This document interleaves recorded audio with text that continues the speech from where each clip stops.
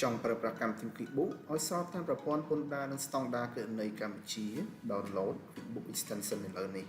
ប្រធានបទរបស់យើងថ្ងៃនេះគឺស្ដីអំពីការកំណត់នៅក្នុងប្រព័ន្ធកម្មវិធី QuickBook ដើម្បីអាចធ្វើការចាប់ផ្ដើមប្រើប្រាស់ជាមួយនឹងកម្មវិធី QuickBook extension បានបាទអញ្ចឹងប្រធានបទយើងថ្ងៃនេះគឺយើងទៅជែកគ្នាអំពីការកំណត់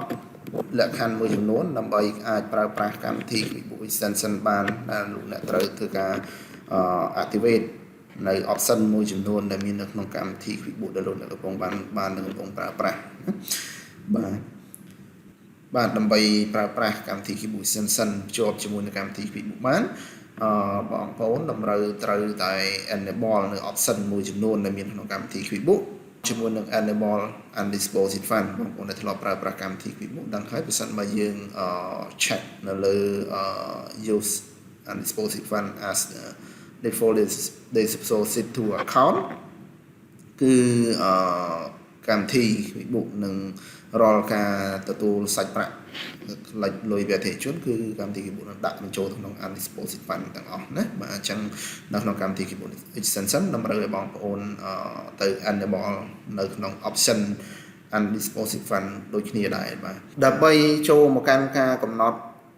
option ដែលត្រូវប្រើប្រាស់ក្នុងកម្មវិធី QuickBook បងប្អូនចូលមកកាន់ edit ហើយជ្រើសរើសពាក្យ preference បាទអញ្ចឹងបងប្អូននៅធ្លាប់ប្រើប្រាស់កម្មវិធី QuickBook ដឹងហើយនៅពេលណាដែលយើងជាប់ម៉ាកនៅក្នុង use undisposed fund as default deposit to account ហ្នឹងគឺនៅពេលណាដែលយើង make receive payment from client គឺយើងអត់អាចជ្រើសរើសគណនីដើម្បីselect សាច់ប្រាក់ដាក់ចូលទៅក្នុងគណនីណាបានទេអញ្ចឹងបងប្អូន